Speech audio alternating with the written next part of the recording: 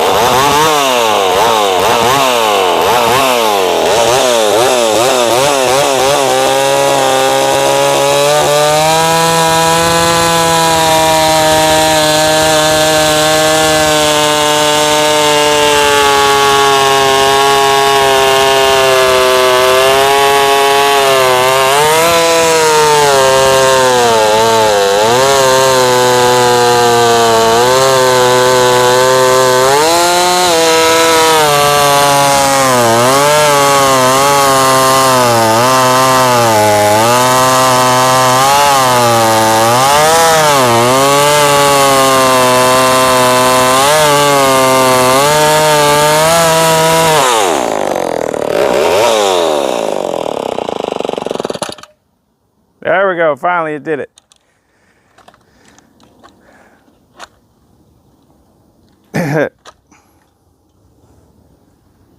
All right, so what we have to talk about is still has problems with the carburetor.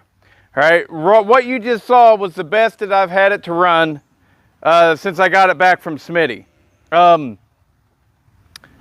He told me, he says, acting like the carburetor's too big for it. I don't know enough about these things to know what carburetor it's supposed to have on it.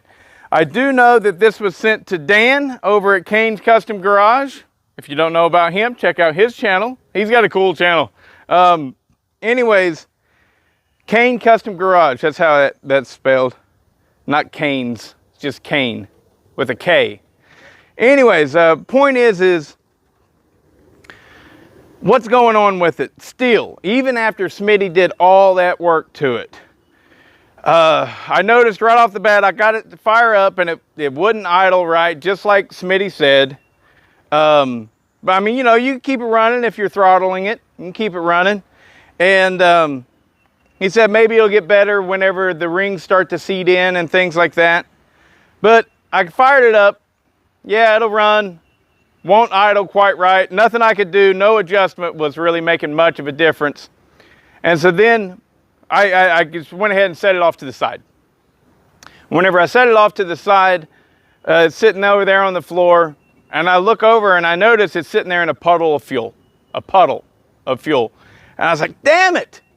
Same problem it's always been having, right? What happens is the gas tank pressurizes, and then it's pushing back through the carburetor, and the carburetor can't hold it back. And so I went to pull it, and it hydro locked on me. So much fuel went into that cylinder, it hydro locked. So then I slowly pulled it over, and all of that fuel flowed out the exhaust. I mean, poured out. We're talking a half a cup probably. And this was like 15 minutes, you know? And so I was like, son of a... And I took the cap off. Oh, hear that?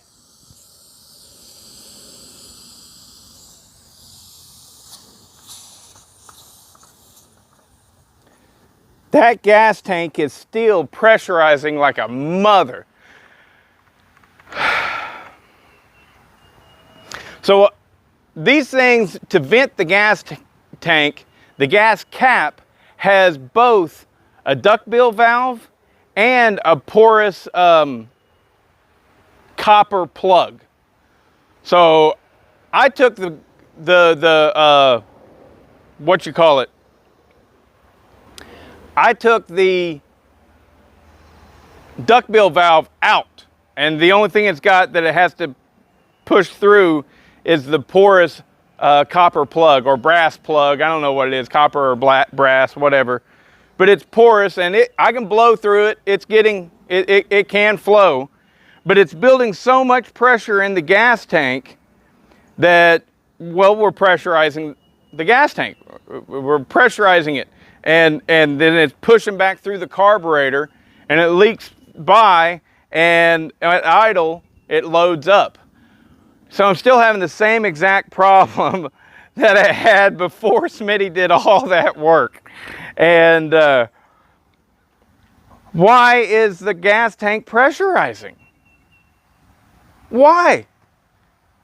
Now, it lasted longer than it has ever before because I removed that duckbill valve.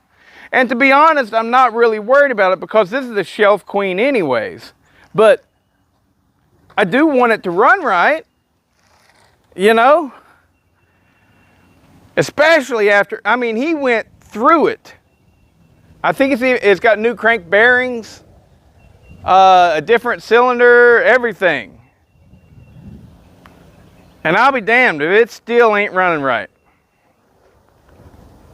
I'll send him a message and let him know what I found, you know. It's colder up there in Pennsylvania, so he may not have had as big of a problem as I did, because the last time he worked on it was probably in January or February in Pennsylvania. So if you can imagine, that's really cold. Down here, it's over 70 degrees today. And before I did anything to this, it ran slick as a minnow stick. I mean, it was slick. I could always pull it and fire it up and it would run no matter what. And ever since I took it apart, painted it, put it all back together, constant problems. Constant. And now the crazy thing is I'm not too worried about it because To me, it's just a shelf queen. This, I made this up. This is my Army of Darkness chainsaw that I made just for, you know, because I like that stuff. I'm stupid, right? It's cool. But especially now that it's been completely rebuilt and everything, completely. It runs great, it just keeps pressurizing that damn gas tank. Even now, the only thing that it's got is that porous plug, and it's still pressurizing it. Anyways, so the story with this is I had him send it back to me early. I had him send it back to me early because I was going to an event with Bruce Campbell, and I was hoping to get Bruce to sign it. Well, that didn't work out. I didn't get him to sign it. And in conclusion of this video, I'll put up some video clips of that event, what it was like, and me explaining afterwards what's going on. So, but, I mean, it runs great as long as there's not all that pressure.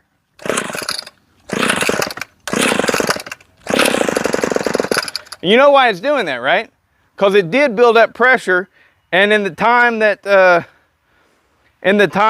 it's been sitting there, all the fuel, it flooded the cylinder again, at least partially, somewhat.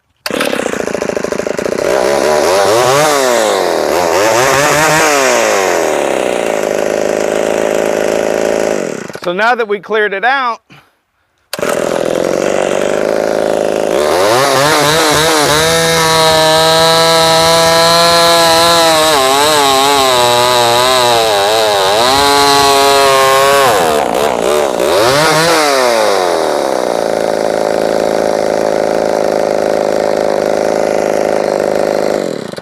let's see if in that little bit of time, if we've got pressure. No, not there, not yet. But I tell you what, I just filled it up before I started all this, and it's almost out of fuel. That's the only running in the wood that I've done, just a little bit of idling here in between, and whenever I shut it off, it flows the fuel into the frickin' cylinder. It's a shame, but I couldn't fix it. Dan couldn't fix it. And now Smitty couldn't fix it. You know, I mean, son of a bean. But, without question,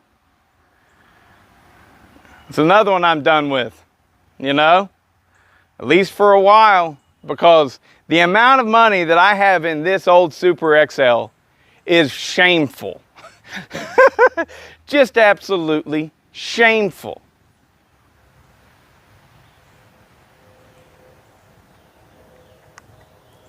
What is causing that? Why would it constantly be pressurizing the gas tank that much? Because it never did it before. It's got a new gaskets, everything.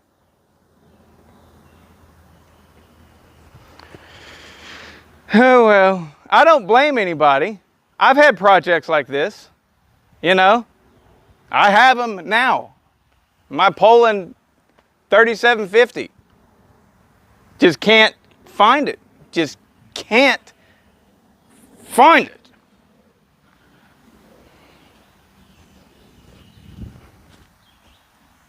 Not too quite well. Hello, sir. Come on, front and center here.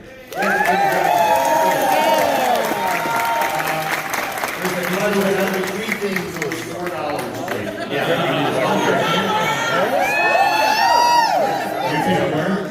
For the cheetah.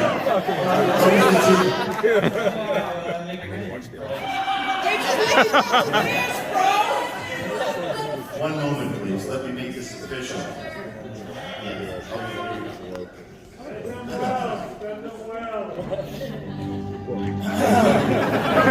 Last man standing hereby confers the degree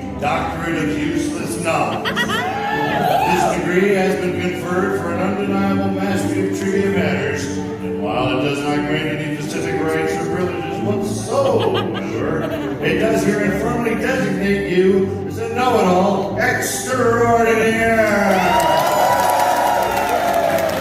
Wow. Fantastic. Bad news, guys. Yeah, I'm gonna go ahead and just, why not? Why not? Why not? Bad news, they wouldn't let me bring the chainsaw in, and on top of that, it turns out I didn't have a VIP ticket, and blah, blah, blah, blah, blah. This young, you mind being on camera? No. This young lady had the same problem, and she wanted to see him so bad, she was smart enough, she bought tickets to the 8 o'clock showing, and then she had to buy tickets to this showing so that she could get VIP. Me? Yes, yeah. What did you get for the VIP thing? Show us your poster. Okay, hold on. I wrapped it. See? Anyways, it's really fun. He's very funny. He's a great host. Great host. This is my son, for you guys that don't know. And this is what she got, a signed poster of him. And that right there's his signature. It's can't really tell much from that, but anyways, now we're about ready to watch the movie Bubba Hotep, and we'll see how it goes. Having a good time. I'm back. Excuse me. I'm back from seeing Bruce Campbell. Long story, very short. I couldn't bring the chainsaw in, and on top of that, he wasn't doing any signings, and didn't get to meet him. Thought I had VIP tickets, but turns out I didn't. I had advanced seating tickets, which allowed me to get in early, but it didn't allow me into the line to go and see Bruce and get a whatever, you know. What I will say is the little show that was put on, there was a little game show, was fun as can be. He was very funny. He wasn't a comedian, but it was very funny, really enjoyable. He answered questions and everything for, I don't know, 40 minutes probably.